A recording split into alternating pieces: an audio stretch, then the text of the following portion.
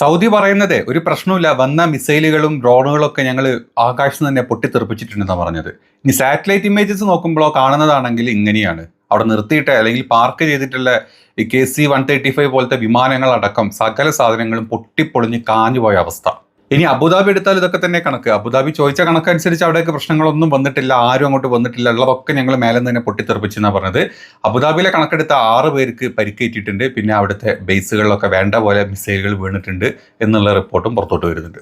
അപ്പോൾ ഇന്നത്തെ വീഡിയോയിൽ നമ്മൾ ഇന്നലെ രാത്രി പറഞ്ഞ പോലെ തന്നെ ഇറാന് അടി കിട്ടി. ഇറാൻ തിരിച്ചടി ശക്തമായിട്ട് തന്നെ കൊടുത്തുകൊണ്ടിരിക്കുന്നുണ്ട്. ഇറാൻ ഒന്ന് കിട്ടി, ഇറാൻ തിരിച്ചു കൊടുക്കുന്നത് ഇസ്രായേലിലോട്ടും അമേരിക്കയുടെ പല പല ബേസുകളിലോട്ടുമാണ്. സൗദി അതുപോലെ തന്നെ അബുദാബി 2 സ്ഥലങ്ങളിലോട്ടാണ് ഏറ്റവും കൂടുതൽ ആക്രമണം നടന്നുകൊണ്ടിരിക്കുന്നത്. കാരണം അവിടെ ഇപ്പോഴും ഒഴിഞ്ഞു പോകാണ്ട് കെട്ടിക്കിടക്കുന്ന US പട്ടാളക്കാരുണ്ട്. അതിൽ 10-20 എണ്ണം കാഞ്ഞു പോയിട്ടുണ്ട് എന്നുള്ളതാണ് IRGC പറഞ്ഞത്. പക്ഷെ സമ്മതിച്ചു തന്നിട്ടില്ല. ആ ഒരു 10 പേർക്ക് പരിക്കുണ്ട്, 2 പേരുടെ നില ഗുരുതരമാണെന്ന് മാത്രമേ അമേരിക്കൻ മാധ്യമങ്ങൾ പുറത്തോട്ട് വിട്ടിട്ടുള്ളൂ. അപ്പോൾ തന്നെ നിങ്ങൾ ആലോചിച്ചാൽ മതി, ഒരു 10-20 എണ്ണം കാഞ്ഞു പോയിട്ടുണ്ട് ഈ പറഞ്ഞ പ്രിൻസ് സുൽത്താൻ എയർബേസിലും അതുപോലെ തന്നെ അൽദഫ്രയിലും അവിടെയും ഇവിടെയൊക്കെ ആയിട്ട്. ഏതാണെങ്കിലും ഇന്നലെ ഇറാൻ്റെ ആണവ കേന്ദ്രങ്ങളിലോട്ടും അതുപോലെ തന്നെ ഇറാൻ്റെ ബിസിനസ് മേഖലകളിലോട്ടും ഒക്കെ ഭയങ്കരമായിട്ട്, അതുപോലെ സ്റ്റീൽ ഇൻഡസ്ട്രിയിലോട്ടൊക്കെ ഭയങ്കരമായിട്ട് ഇസ്രായേലിൻ്റെയും അമേരിക്കയുടെയും ബോംബാക്രമണം ഉണ്ടായിട്ടുണ്ട്. നമ്മൾ രാവിലത്തെ വീഡിയോയിൽ അത് പറഞ്ഞിട്ടുണ്ടായിരുന്നു. അതിനുള്ള തിരിച്ചടി ഇപ്പോൾ അത് ഇറാൻ സ്റ്റാർട്ട് ചെയ്തിട്ടുണ്ട്. അവരുടെ 84ാമത്തെ ഓപ്പറേഷൻ ട്രൂ പ്രോമിസിൻ്റെ ഭാഗമായിട്ട് 84th തരംഗം മിസൈലുകൾ പാഞ്ഞുകൊണ്ടിരിക്കുകയാണ്. ഈ പറഞ്ഞ സ്ഥലങ്ങളിലോട്ടൊക്കെ പാഞ്ഞുകൊണ്ടിരിക്കുകയാണ്. അതിലേറ്റവും കൂടുതൽ ഇപ്പം അടി കിട്ടിയിട്ടുള്ള ഒന്ന് സെയിം ഇസ്രായേലിലെ ടെലവീവിലും ബാക്കി സ്ഥലങ്ങളിലും ഒക്കെ തുരുതുരാ മിസൈലുകൾ വെക്കുന്നുണ്ട്. ഇനി അതല്ലാണ്ട് ബേസുകൾ എടുത്തു കഴിഞ്ഞാൽ സൗദി അറേബ്യയിലെ പ്രിൻസ് സുൽത്താൻ എയർ ബേസിലാണ് ഏറ്റവും കൂടുതൽ നാശനഷ്ടങ്ങൾ ഉണ്ടായിട്ടുള്ളത്. നമ്മൾ ഈ കാണുന്നതിൻ്റെ സാറ്റലൈറ്റ് ഇമേജും അതിൻ്റെ മുമ്പത്തെ ഇമേജുകളുമാണ്.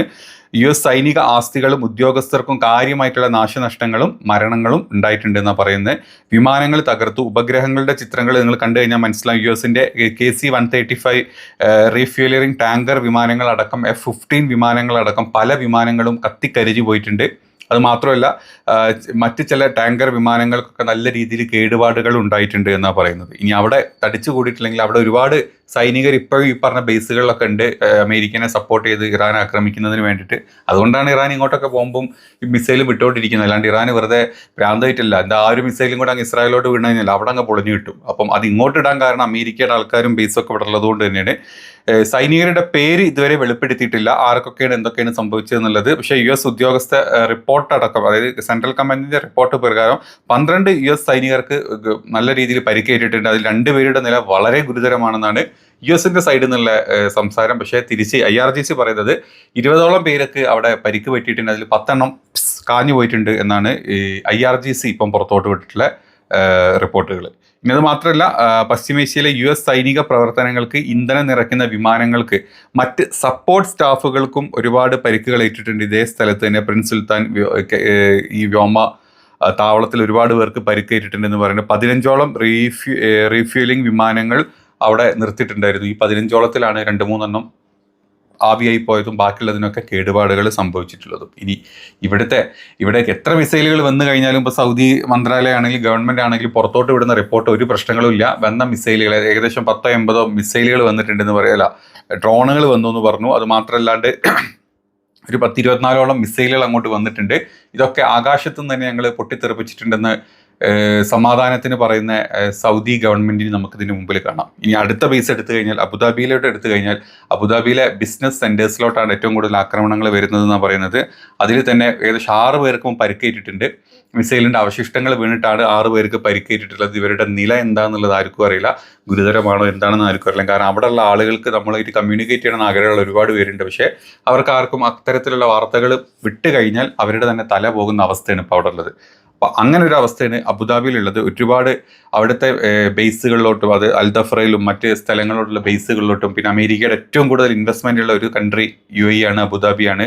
UAEയിൽ അബുദാബിയിലും ദുബായിലുമാണ്. അപ്പോൾ അങ്ങോട്ടുള്ള എല്ലാ അമേരിക്കൻ ഇൻവെസ്റ്റ്മെൻറ്റ് കമ്പനികളിലോട്ടും നല്ല രീതിയിലുള്ള ആക്രമണം ഇറാൻ അയച്ചു വിടും എന്നുള്ള കാര്യം ഉറപ്പാണ്. അത് ഇന്ന് രാവിലെ മുതൽ സ്റ്റാർട്ട് ചെയ്തിട്ടുണ്ട്. ഇനി അടുത്തത് ബഹ്റൈനും കുവൈറ്റും ഖത്തറും ഒക്കെ ഇങ്ങനെ റെഡി ആയിട്ട് ഇരിക്കുന്നുണ്ട്, എപ്പോഴാണ് പണി കിട്ടുക എന്ന് ആലോചിച്ചിട്ട്. ഏതാണെങ്കിലും ഞങ്ങൾ ആക്രമിച്ചു കഴിഞ്ഞാൽ തിരിച്ച് ഞങ്ങൾ പണി തരും എന്ന് വെറുതെ പറയുന്നതല്ല, ഇറാൻ പറഞ്ഞതുപോലെ ചെയ്തിട്ടുള്ളൂ. ഇത്രയുള്ള യുദ്ധത്തിൻ്റെ ഇത്രയും ദിവസങ്ങളിൽ നിന്ന് നമുക്ക് മനസ്സിലാവുന്നത്. ഇനി അത് കഴിഞ്ഞ് നമ്മളിപ്പം എന്താ പറയുക, ടെല്ലവീവിലും മറ്റ് സ്ഥലങ്ങളോട് എടുത്തു കഴിഞ്ഞാലും ഇത് തന്നെയാണ് അവസ്ഥ. തുരുതുരാ മിസൈലുകൾ പോയിക്കൊണ്ടിരിക്കുന്നുണ്ട്, ഡ്രോണുകൾ പോയിക്കൊണ്ടിരിക്കുന്നുണ്ട്. ആളുകൾക്ക് ഒരു രീതിയിലും ഒരു രക്ഷയില്ലാത്ത രീതിയിലോട്ട് യുദ്ധം പോവുകയാണ്. ഇനിയിപ്പം ഏറ്റവും കൂടുതൽ ക്രൂഡ് ഓയിലിൻ്റെ പ്രൈസ് ഇതാ കൂടിക്കൊണ്ടിരിക്കുകയാണ്. 112 ക്രോസ് ചെയ്തു, ഏകദേശം ഡോളർ ക്രോസ് ചെയ്തിട്ടുണ്ട്.